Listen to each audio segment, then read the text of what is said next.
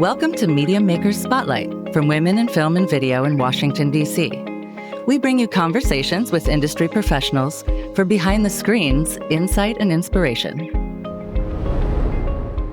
Welcome to another episode of Media Makers Spotlight. I'm your host for this one, Tara Jabari, and today we have two very special guests that I can't wait to get started with.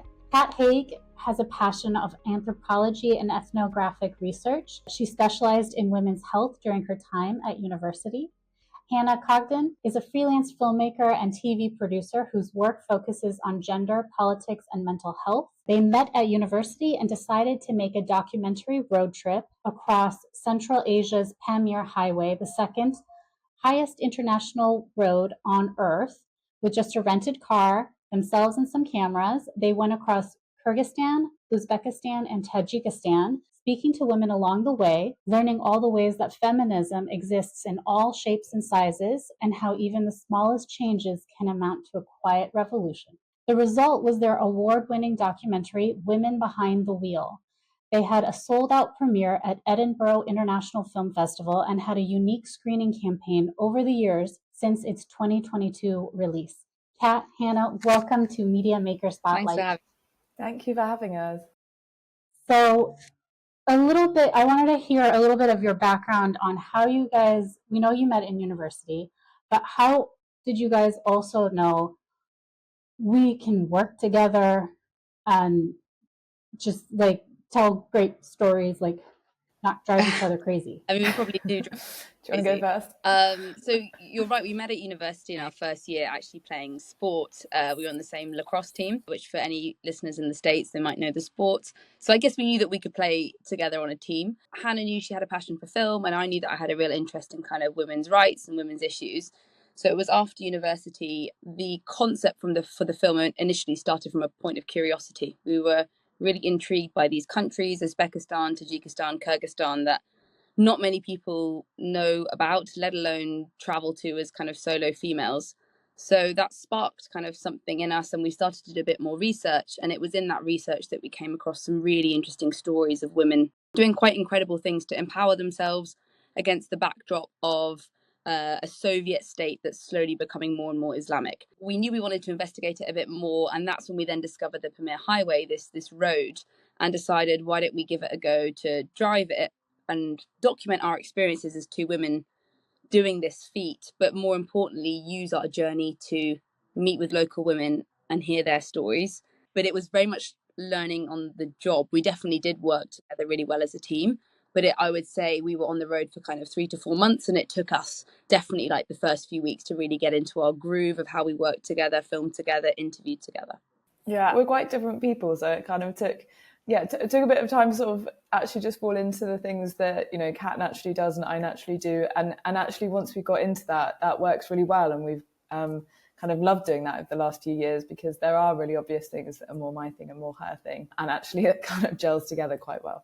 I mean, that's the hard part, is to not just have the idea and kind of get it funded, which we'll get to, but also to find the partner or the team. And in this case, it was really just you two. I don't know, if you ever watched the Long Way Round, Long Way Down, Long Way Up, the Ewan McGregor and Charlie Borman with their motorcycles? Yeah, I know what you're talking about, yeah. Yeah.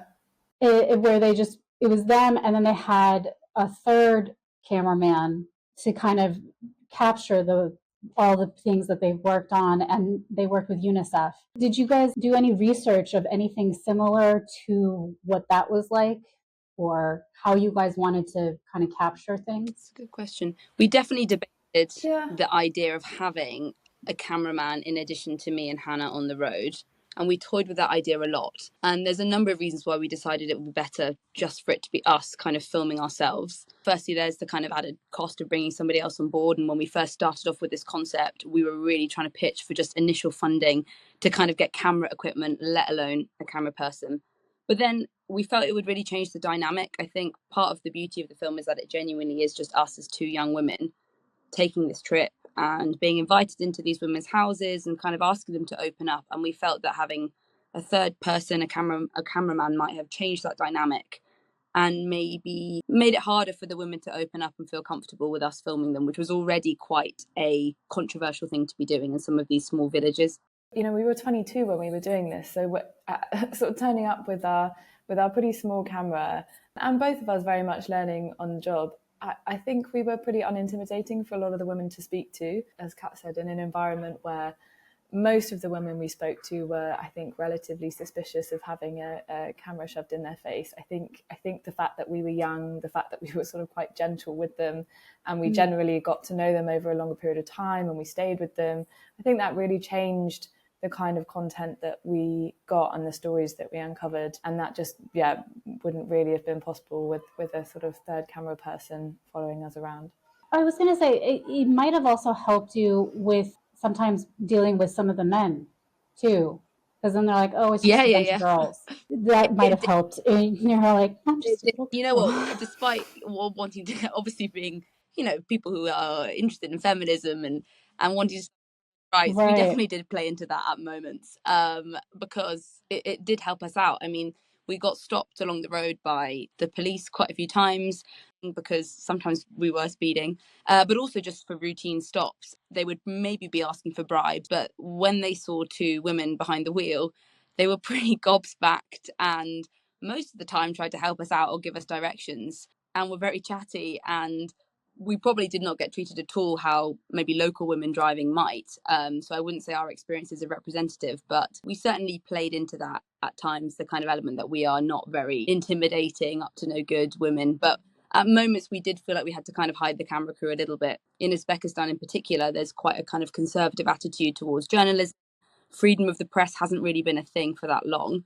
And I do wonder if we had been two kind of male filmmakers, whether we would have found it more difficult to do what we did. And why did you guys decide on having more of a camera and not just using like smartphones? So no, like at the time we'd never even talked about doing it on smartphones. You know, we not that it was that long ago, but we did shoot this in 2018, and like I actually just don't think that the camera quality and sound quality and things on iPhones were as good then as they are now. And we wanted it to sort of, you know, within the confines of the budget that we had and the equipment that we could get, we wanted it to be cinematic. You know, some of the landscapes that we were traveling through were some of the most beautiful places I've ever seen, and are also very much, you know, give you that sense of place, which is a context for the women's rights movements within them. You know, we're looking at sometimes quite small women's rights movements in a really remote area. And so we really wanted to get that across visually, and I'm just not totally convinced we could have done that on a 2018. Yeah, we didn't want it to be too kind of vox poppy. I think we wanted to try and get into the depth of some of the stories, and that was, I guess, a stylistic thing that we probably didn't consciously make the decision of, but it definitely evolved as we were doing it. And another stylistic thing that I was going to mention is we debated a bit on how much we should engage with the camera. Do we talk directly to it? Do we actively present? We went with a kind of softer approach in the end, which is what we felt a bit more comfortable doing versus kind of talking and presenting directly to the camera. So you'll see throughout the film, we kind of narrate our journey mostly through our conversations on the road. So when we were traveling between locations, we had a GoPro that was kind of filming our each and every word, which was clearly a joy for our editor to pick through. But it meant that kind of captures these quite organic conversations that narrate our journey. And then at the end, in the kind of edit, we added a bit of voiceover over the top to just kind of tease up the details. That was the other question I had, was when you started the narration script, how did that process start? Did the editor choose a sort of rough draft and then you guys look through it and write it? And then did you guys both record the whole script, or did you guys decide, oh, okay, Kat's going to do this part, Hannah's going to do this part? Yeah, I'm trying to think of the process. So I think the first step we did was actually just cutting the whole film with no script at all, as in no voiceover. So we did like a paper edit, and our really brilliant editor Anna did an assembly. And then once we'd done that, you could kind of see where the gaps were. You were like, well, this doesn't really make sense unless we explain X, Y, Z. And so we kind of started to weave in the script into that assembly. It was more a kind of as we go thing. And the script kept changing right up until the last minute. I think we had to do 2 separate voice recording sessions. And then I think a lot of, in terms of choosing between the two of us, there were women that like one of us had connected to, or the story resonated more with one of us than the other. There were sort of things that felt more naturally like a Hannah line or a Cat line. And so again, a bit like when you're asking about how we work together, I think the voiceover was a bit the same. You know, it was like, well, this feels comfortable in my voice. This was a thing that I noticed, or this was a thing that Kat noticed. So we very much tried to make the voiceover as far as we sort of could from a kind of voice of God. You know, we're telling you what's what voiceover, and very much a dialogue and something that is helping you see something through our eyes. The voiceover isn't really intended to be like, this is what's what, and we know everything about, you know, women's rights in this region, which obviously we don't. So the way that I kind of heard about you guys is I do remember a few years ago hearing about Women Behind the Wheel, but I wasn't able to kind of find it and see it. It was kind of like in community centers or libraries or schools and stuff like that. And I wasn't in school anymore. I remember wanting to see it. And then I had met Christopher Hurd from Dartmouth Films, who came to speak at a program I went to in Venice about how to find funding and distribution, particularly for documentaries. And he is one of your main funders and distributors. And I was like, oh my God, I remember this, and stuff like that. But could you guys share, because I learned from him, how did you guys actually get the process of funding such a unique story and documentary project? I mean, it was tricky. It was probably one of the hardest aspects of making this film, and we were really lucky to have been put in touch with Christo quite early on in the process after we'd come back from filming it. So we really kind of went out and took a punt on the filming, and I'll talk a bit about how we fundraised for that in a moment. But having been put in touch with Christo, he's really an expert in this field. He's one of our exec producers, and his production company, Dartmouth Film, were keen to come on board. And they gave us a lot of advice about how to fundraise. We had already had a bit of experience doing some crowdfunding, and that's what we did to raise funds for the camera equipment and the car rental to kind of fund the actual production of the trip. And to do that, we kind of produced our own little teaser video where we went out and did some driving, I think in the Yorkshire Dales in the north of England, to try and give a bit of a flavour of what the film should be about. And I think we discovered this video quite recently, and it was completely cringy to watch again, but it kind of served the purpose to tell people this is what we're trying to do. This is the tone of voice we want. And luckily, people were generous enough to give some funding, and then we could go film it. And then when we came back, we managed to get Anna, our amazing editor, on board quite early on, and she cut like a great sizzle reel for it. And it was from that we started to kind of reach out. And we applied to, I know, Hannah, like every grant and fund under the sun. It was a real slog. It was a lot of ups and downs. I mean, like when things did work out, it felt like the best thing in the world. But we had like an Excel spreadsheet of every single fund that we could find. And it was just really, really tough. There were so many things that just were unbelievably competitive to get. And yeah, that was a bit of a slog. I think the gems we managed to find came from people really taking a chance on us as two kind of unknown first-time female filmmakers. We applied to Edinburgh Film Festival. They had like a work in progress pitch. So we applied with the concept and we got a little bit of funding off the back of that. So it was pretty piecemeal. And we did run out of funding kind of towards the end of post-production, which meant we had to pause for a while. And we had to set up another crowd fund, which I don't think either of us felt that comfortable doing. It's a really tough gig, crowdfunding. You have to really kind of ask people and beg, and it feels a bit degrading at times. But luckily, people came through again, and we were able to just about get the kind of budget that we needed to finish the film off to the quality that we wanted. We wanted it to be cinematic so that we could do a kind of cinema release with it. And then he got into one of the biggest film festivals, Edinburgh, and that's where you had your premiere and 2 sold out screenings. And was that with Dartmouth Films help and guidance and a couple other I mean, in part we obviously had the relationship with Edinburgh Film Festival so we'd won their work in progress pitch. I think it was 2 years before it premiered at the film festival, so we kind of stayed in touch with them, and they'd sort of asked, well, you know, when's the film going to be finished? So I think it was a lot to do with the relationship with them, and them having really backed the film from quite an early stage as well. And then from that, it's kind of the film festival circuit's a hard thing because you have to pay a submission fee for lots of them, and you've got to be really choiceful about where you submit because you don't want to fly through your budget, but you also want to be punchy enough that you get some of the bigger ones. But we started to get a film that human rights film festivals were quite interested in the film, so we then got selected for Human Rights Film Festival in Budapest in Hungary and the One World Festival in Prague, which was, I think, one of the best experiences for us. They had done an amazing job of kind of building an audience. And our first screening there was to about 300 people, and we were completely gobsmacked. A really, really engaged audience with a Q&A at the end. And we did do a lot of Q&As after pretty much all of our cinema screenings in the UK. We found it was a good way to kind of add something a little bit special to help the cinema offer it and add it into their schedule. And we got a lot back from it as well. Yeah, it was. I think that was actually one of the most rewarding things, you know, like you plug away at a film for almost 4 years, more than 4 years, you know, most of the time just the two of us and our editor.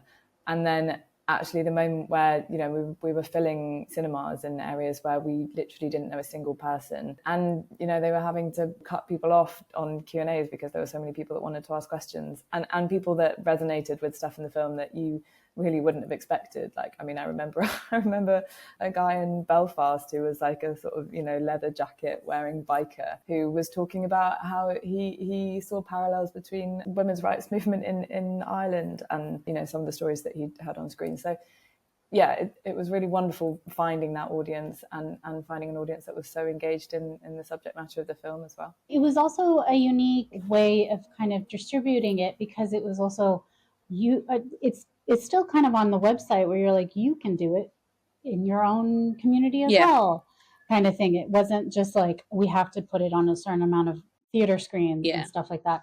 So whose idea was that? It's kind of, I feel like that's kind of new too, to like offer your film or your doc to communities as long as they organize it. I think given the ethos of the film and how we got there, and it was really quite grassroots getting the funding, and it was our baby for such a long time, I think we never wanted to restrict who could watch it, certainly not on financial grounds. So if anybody reaches out and wants to watch a film or wants to screen it at their school, community centre, we would never want like financing to be an issue, to be a blocker.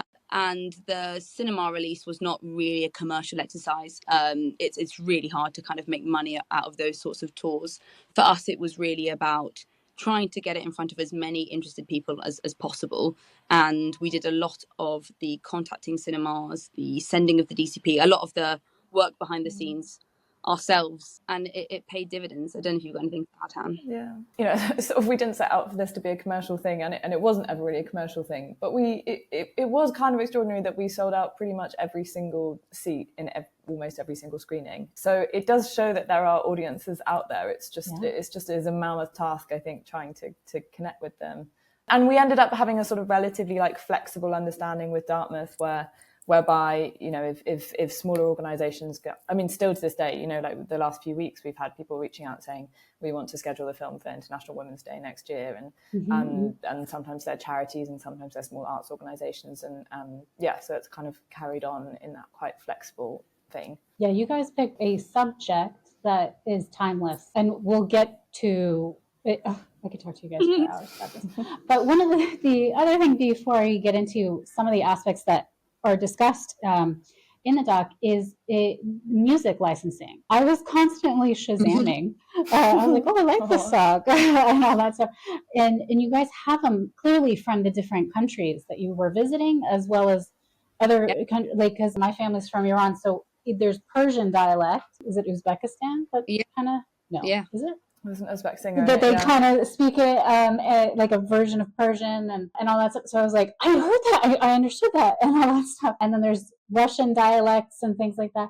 So how did you guys get some of the music and the licensing to use that? I'm so glad you said that, because the music was something that we did put a lot of love into. We worked with an amazing composer called Holly, who brought in a lot of these themes. We really wanted to reflect some of the kind of local sounds and tones. And we got put in touch with a composer from the region who was living in London called Milad, and he played a lot of the local instruments. I think the tabra was one of them, like the local kind of guitar and the drum. And he recorded some samples for us, which Holly could then weave into some of these tracks. So she then built out the score, you know, bespoke for the film. And then you'll see, or you'll hear interspersed amongst that, there are a few kind of commercial tracks as well. And one of them is from an Uzbek singer who we reached out to and asked, you know, do we have permission to use her music? And she said yes, very kindly. And then there is one more commercial track in there from a singer called Aurora, who you might have heard.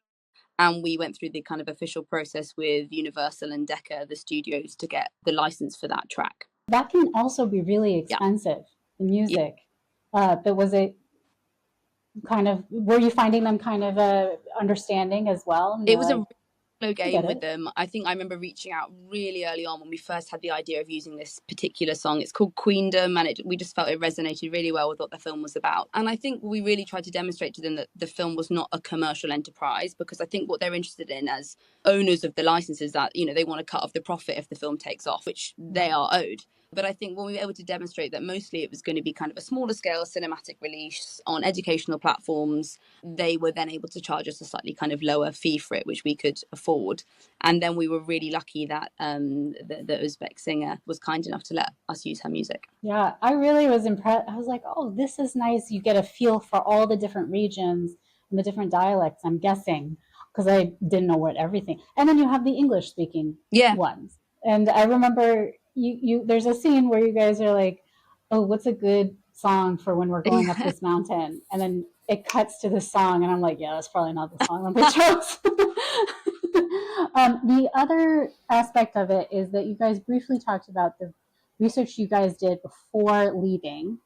And one of the other things is meeting these different organizations that you had to go see. For instance, I think there was one that taught women and girls about sex education. And also, Zarina, the PhD student that you meet, was one of the first people you reached out to, but is the last person you kind of meet, at least in the documentary. Can you share the research that it took and how important it was to have social media to connect you with these people and do that research ahead of time? We probably had got in touch with about 50% of the women that we talked to in advance of taking the trip. And then the other 50% was purely organic. So it was recommendations from women whilst we were there. Why don't you go to this village, talk to my cousin, or talk to my grandma? But it was really helpful to have some initial contact. And the way in which we kind of researched it was reading a lot of articles by local and international journalists, and then trying to reach out to maybe the women that they had featured in those articles. And the best way to do that was often social media. Even some of the most remote villages, some of the girls had Instagram and Facebook, and it really helped us to be able to kind of keep in touch with them after we had met them as well, which was really important, and keep them up to date with how the film was progressing. But what we were then able to do is kind of pinpoint, okay, well, we know that there are these women in these different locations along our route, so we know we're going to be stopping off there. And it provided a bit of a skeleton, or some extra flesh, I guess, to the skeleton of the drive. And then as we went along, we evolved, you know, where we went to, and got put in touch with lots of other people as well. And quite a big thing was the women that I suppose sort of acted like fixers for us. So some of the women, like Zarina, who you mentioned, that we got in touch with long before we went on the trip, and who helped connect us with people on the ground, and who did some translating for us and things. Lots of the work that fixers do in the TV and film world is quite invisible. And we really wanted those women to actually be, you know, they kind of all had their own stories, and they very much feature as characters in the film. So yeah, we kind of wanted all of those women who actually helped us reach out to people to become characters themselves. And a lot of these women that you do meet up with, these are remote, I feel like it's very remote areas. Some of the villages you talk about have a population of about 10,000 to maybe 50,000.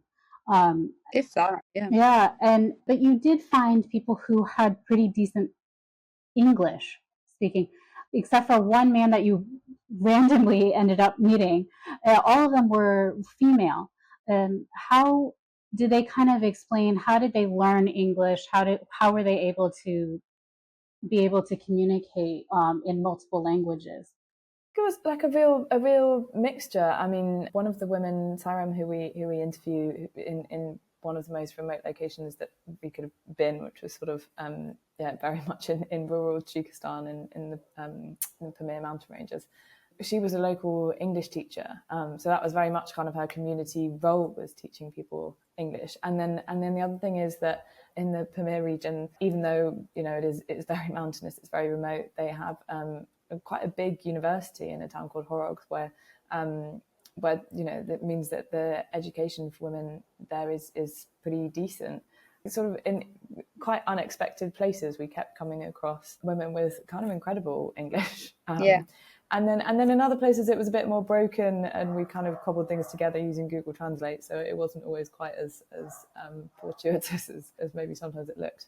We were actually quite lucky because our editor Anna can speak Russian. because of kind of where her parents are from. So it meant that she could kind of watch some sections of the film, and then she would be able to kind of add the subtitles to the Russian, and we'd watch it back and be like, oh, that's what they were saying to us at the petrol station, because we had no idea what some of these kind of what people were really telling to us at some points. That was really helpful because it meant that she could kind of transcript and subtitle a lot of the Russian interviews, and some of them were in Russian. That language was kind of spoken throughout the whole region, but then the more local dialects like Tajik, Uzbek, we actually reached out to local women in the UK who were from those countries, who really kindly offered to write the transcripts for us. And it was a really nice way to connect with an audience of women from that region living in the UK. And actually, we then invited them to one of the first test screenings that we did to get their perspective and their input on the film. I think you've got to be really careful when you're making a film about, you know, a culture that's quite distant from your own. You need to be careful that you're not putting words in other people's voices, and you're portraying it accurately and sensitively. So it was really important that we got that group of women to kind of sense check it for us and give their perspective. I think it was a very unique way of seeing it. You did meet a lot of particularly young women whose parents were teaching them how to drive. They were going to school. But then there were issues that kept coming up and up again that we don't hear about as much. Domestic violence has always been around, but bridal kidnapping was something that isn't really, I hadn't really heard of it as much. First, you speak with people who sisters been bridal kidnapped, and the parents, even though are a little bit more modern and want their daughters to be educated and independent, would say, no, he's already taken you. You have to stay with this now husband. And you ask, well, what can be done? And they just say nothing. And then you go to this cafe in Kyrgyzstan, Fat Cat Karaoke. And she had a really cool way of finding certain solutions. One is to work with boys and girls from a young age, and also working with the police force to make sure that they understand their duties and to be held accountable. So could you kind of explain some of these issues that people might not be aware of that is probably going on globally, like bridal kidnapping? Bride kidnapping is this kind of initially almost a cultural tradition in Kyrgyzstan of men taking a young woman against her will. And I mean, we kind of got different, people said different things, but effectively raping her so that then she couldn't go back to her family. People told us different perspectives on it. So we heard from a guy that this was almost all a game. This was something performative. There wasn't actually violence or sexual violence involved. And it was, you know, it was this kind of long-standing cultural tradition and a bit of a charade. And then we heard from someone like Ipri, who talked about her sister, and it very much is violent, sexually violent. And so we heard these different perspectives on it. And it is kind of complicated to know how much this is actually a sort of cultural thing that has more agency for women than it might seem, and how much of it is very much this kind of violent practice. But what we do know is that there have certainly been a number of violent incidents of it, and also instances of the police not taking it seriously. And then I think it was in 2021, or maybe earlier actually, that there was a young woman in police custody who was, the police kind of sent her back to her husband, and she was murdered by her husband. So there's not very sort of effective policing of this. So it's a complicated issue that is quite specific to the region, but in its worst case is pretty shocking. Well, I think it's the term bridal kidnapping might be for that region, but the idea of it's still kind of a form of abuse and domestic abuse, and or just the idea that a woman or family can't get the help that they need. And then I really appreciated Zarina, the PhD student, when she talks about feminism. She talks about working with men and women, boys and girls, because the men also found they do feel a pressure. Oh, you have to get married, you have to procreate, then you have to provide for that family. How are you going to provide for that family? Then there's that pressure. Meanwhile, the woman, you have to be raising the family, you have to do this and this and that. It's this vicious cycle. So unless you work together, it's not going to get any better. And absolutely. And you guys had a lovely moment in the car where it seems like you guys just bumped into this woman and she's like, come stay at our place. And her kids are like, yeah, sleep over. And she sort of jokingly, but also seriously said, oh, it's winter or something. And she says, my husband's not doing anything. It's not working season for him. So he's just going to sit and watch TV and sleep. Right. So your hosts seemed very kind and you guys were sleeping and the kid looked so excited that you guys were staying over. And then you leave the next day and you're like, I realized I was judging the husband or many of the men. And you realize either they leave to find work and they might not come back for years, so the kids don't have a male father figure, or they wait until it's time for work. And what else do they do?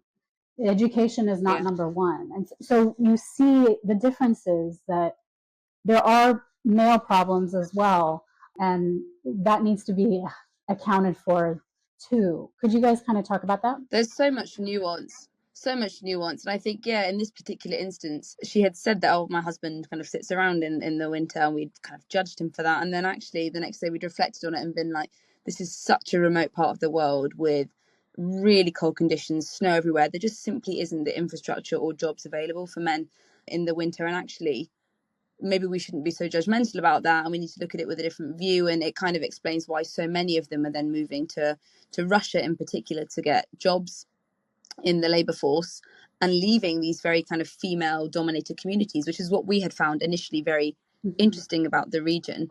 But at the same time, there was a lot of stories of men who would move, and eventually the remittances that they would send home to Tajikistan would dry up. Maybe they'd find a new wife or a new family in Russia. The kids might not ever see their father again. There's so many different dimensions and elements to these issues that there's no kind of single way to describe it. But I remember reading a bit about how during COVID, when everything kind of shut down, a lot of these men in Russia came back because there was no jobs for them available in Russia anymore. And there was apparently a real resurgence in domestic violence. So there's so many of these kind of issues that are intertwined and interlinked, and a lot of nuance to it. And it's worth saying as well that, we didn't just come across a lot of the people that were reinforcing kind of stereotypes around women or reinforcing roles were sometimes like women of an older generation as well. It very much wasn't just, these, change isn't happening because men are stopping it. Lots of women talked about the role of this traditional role of like the mother-in-law, who, probably has been treated badly herself and then expects to treat her daughter-in-law as she was treated. And that kind of perpetuates certain the cycle. Gendered roles. And so, it was just, it's a very complicated picture. And I think we went into this, as 22-year-olds with quite a kind of westernized idea of feminism. And it definitely, all of the conversations we had just put layer and layer of nuance on top of that it's a much more complicated web of power dynamics that lead to some of the oppression of women there. Along with that, it sounded like because of technology being one of the reasons, access to more education or access to finding more information. And there was this one woman who explained that after the Soviet Union, women had a lot more power. And then in the 90s and the 2000s, it kind of slowed down. And I was like, wait, why? But then you guys had to move on. I was like, damn. And all sorts of stuff. But do you find with this, is there sort of a resurgence of them saying, well, hold on, if we can teach ourselves, the older generation, at their own pace, as well as the new generation, our babies, boys and girls, to be like, hey, actually kidnapping is not okay. This is what your body is going through. So at least you can understand why you're feeling certain ways. And then how to build together a healthier community. I saw a glimpse of that from some of the places like the cafe owner. So there is kind of hope, but it takes a while. And it goes back to something at the very end where you're like, it's these small steps. We want like a solution. There's a problem, there's a solution, and you're done. But it's not ever that simple, is it? Yeah. It's small incremental steps within the remit that these women can, that we might not consider a traditional feminist action from our kind of vantage point in the UK. But actually, when we started to put all these small collective steps together, it amounted to kind of what we've ended up describing as a feminist revolution happening, almost underneath the covers when you really dig into it. But each woman doing something different in her own way, just to make life that little bit better for her daughter. It was really well done, and I have you been able to stay in touch with any of these communities? Yeah, no, we have. Some more easily than others, just because of the nature of sort of how remote some of the people that we spoke to were. One in particular, so Jamelia, who you were talking about, who was doing a lot of work with her local community to try and prevent domestic violence. She stayed in touch until very recently, and we did a bit of a crowdfund because she has been setting up a refuge for women in the local community. So we, through our screenings, managed to raise some money for keeping the lights on in that building. She's doing like community activities. I think she's got about 10 families living there at the moment. And also for like a security person to be at the door of this kind of refuge to protect the women from maybe any angry husbands who might be coming to visit. But the details of our kind of crowdfund for her are still on our website. So any donations that come through, we pass directly on to her, and she keeps us up to date with photos of what they've been able to purchase with the budget. That was the other thing, is where can people learn more, and also know how can they help out their own communities? We've got various links on our website for some of the organisations that we worked with, including that little crowdfunder for Jamelia. I think another big thing is that there has been quite a big crackdown on freedom of journalists, actually across all 3 countries, but particularly in Tajikistan and in the Pamir region of Kyrgyzstan. So mainly kind of spreading news and messages is one of the biggest things that people can do to help as well, just because journalism is just getting harder and harder in certain parts of where we filmed. And I'd also say feel free to reach out to us. You know, the details of our contacts are on the website. We've got Instagram, Facebook, email. If people have more questions, want to know more about specific topics, we're always really happy to kind of have a chat and tell them a bit more. And it's the catandhan.wixsite.com/women behind the wheel. Yeah. We'll have. It is, yes. Yeah, 2 cheapskates who actually have a domain name. That's right. Yeah. And then I'll have it on the show notes as well. And yes, thank you so much. And everyone should check out Women Behind the Wheel. It is available. And it was really, there's so many other aspects about it that we could go on and talk, but. Well, we'd love to come back and do a screening and maybe another Q&A if that's possible. And for those who maybe can't join that, the film is available via Docsville globally.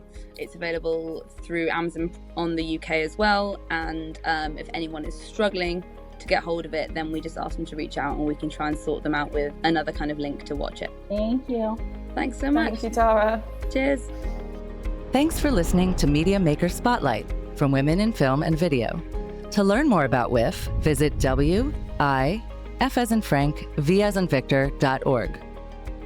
This podcast is created by Sandra Abrams, Candace Block, Brandon Ferry, Tara Jabari, and Jerry Reinhardt, and edited by Michelle Kim and Inez Perez, with audio production and mix by Steve Lack Audio. Subscribe to continue learning from more amazing media makers. Please visit MediaMakersSpotlight.com for more information.